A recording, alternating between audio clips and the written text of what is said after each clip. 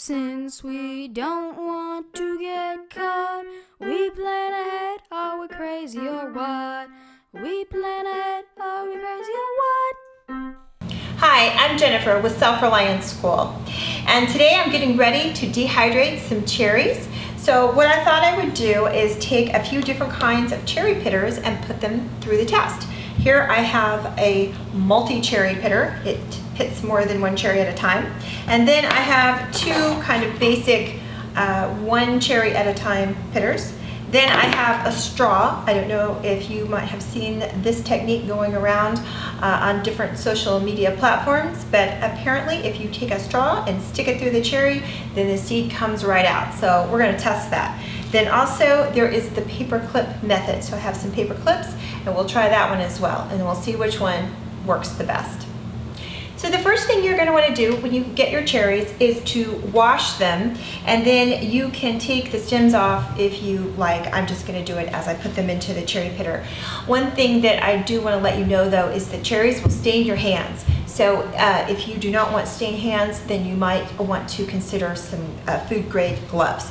So I am just going to take this cherry pitter. This is by Prep Solutions, and it is a multi-cherry pitter. You can put more than one cherry at a time, so that is a good thing. You can go much faster. And I'm just going to load it here really quick, and we will see if it works and takes all of the pits out of our cherries. So you're just going to go ahead and push it down and take this off. And yep, there's pits here, and there's a few that are straggling under here. But for the most part, I mean, it took them out. There was a few that fell when I took this little tray out, and there was one that was hanging, but for the most part, it did a great job. I mean, all of them are now out because I was able to see those. So I could put these in my dehydrator, and I could be confident that the seeds were completely removed. So here I have just a cherry pitter that will do one cherry at a time. And the reason I have two is that my mom gave me this one, and I couldn't find one that was exactly like it, but I did find this one. It's an Oxio, and it has the same sort of premise where you put one in at a time. So let me show you how they both work. Just go ahead and take the stem out and then load your cherry pitter. And you can see that this little thing here is going to pop right through the cherry and take the seed out. And so here it comes down here. You just have to take it off. And you could tell, I don't know if you could see it on the camera, but there was some splashes. So it's really a good idea to have an apron on as well. But this worked just fine. Now let's try this one. This one has a splash guard. So let's see how that one works.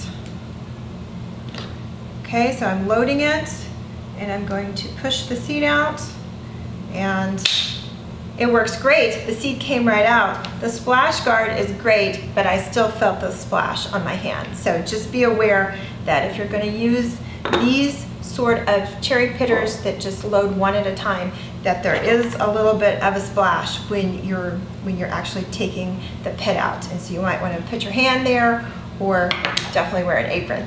So a cherry pitter just does one thing, right? It pits cherries. So you may not dehydrate enough cherries to justify buying one. So looking around and trying to find something else that will help you pit those cherries. And a straw is supposed to be something that gets the job done. So let's test it. So what you're supposed to do is take the straw and then push it through the cherry, and the seed should pop out the other end. And it's not working. Oh, there it goes, but I bit my straw. So let me try one more.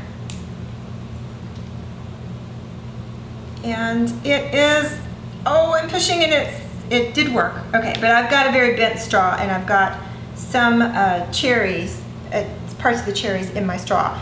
So I'm thinking that it's not gonna last this entire bowl. I would probably need a lot of straws to get through here. So I would not recommend using this to pit your cherries. Okay, so now let's try the paper clip method. Now this is a jumbo paper clip. I don't know if you can see that. Jumbo paper clip that I've just opened up, just unfolded it, And then what you're supposed to be able to do is take a cherry, I've got one here that already has the stem removed, take the small part of the paper clip and then just kind of puncture the skin, wiggle the paper clip and twist it around just a bit to pop the seed out. And so there it comes. The great thing about this method is that you don't puncture the entire cherry. So if you were making something besides dehydrated cherries, this would be a really great method of getting your seed out.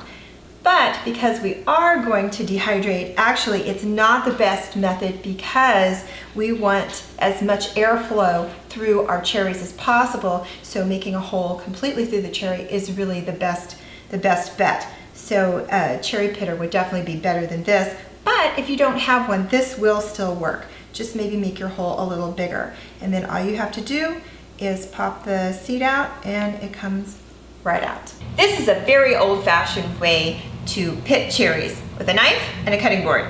So you're just going to take your cherry, take out the stem, and then take your knife and go along the middle of the cherry around the seed.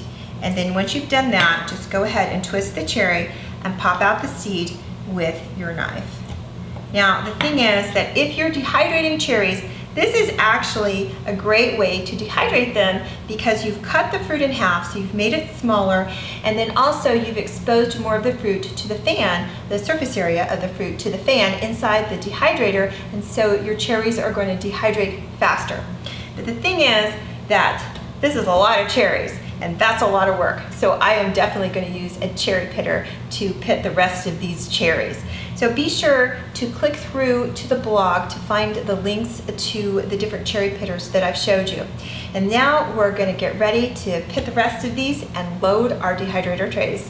So here we have our pitted cherries, and all I did was lay them on my dehydrator trays. You can see my dehydrator is already loaded. I just made sure that they weren't piled on top of each other. If some of them are touching, that's fine. Airflow will still get around them. I really like these trays from Excalibur. These are the stainless steel trays, and they don't have that plastic lip that goes around the plastic Excalibur, the one with the plastic trays. And the thing is that it's only like 1/2 of an inch per tray, but honestly over 9 trays it really makes a difference and you can get a lot more food in. So go ahead and put your trays in your dehydrator, and then go ahead and put your dehydrator on at 135 degrees for 24 hours. Cherries can take up to 48 hours. Start checking around 16 to 18 hours.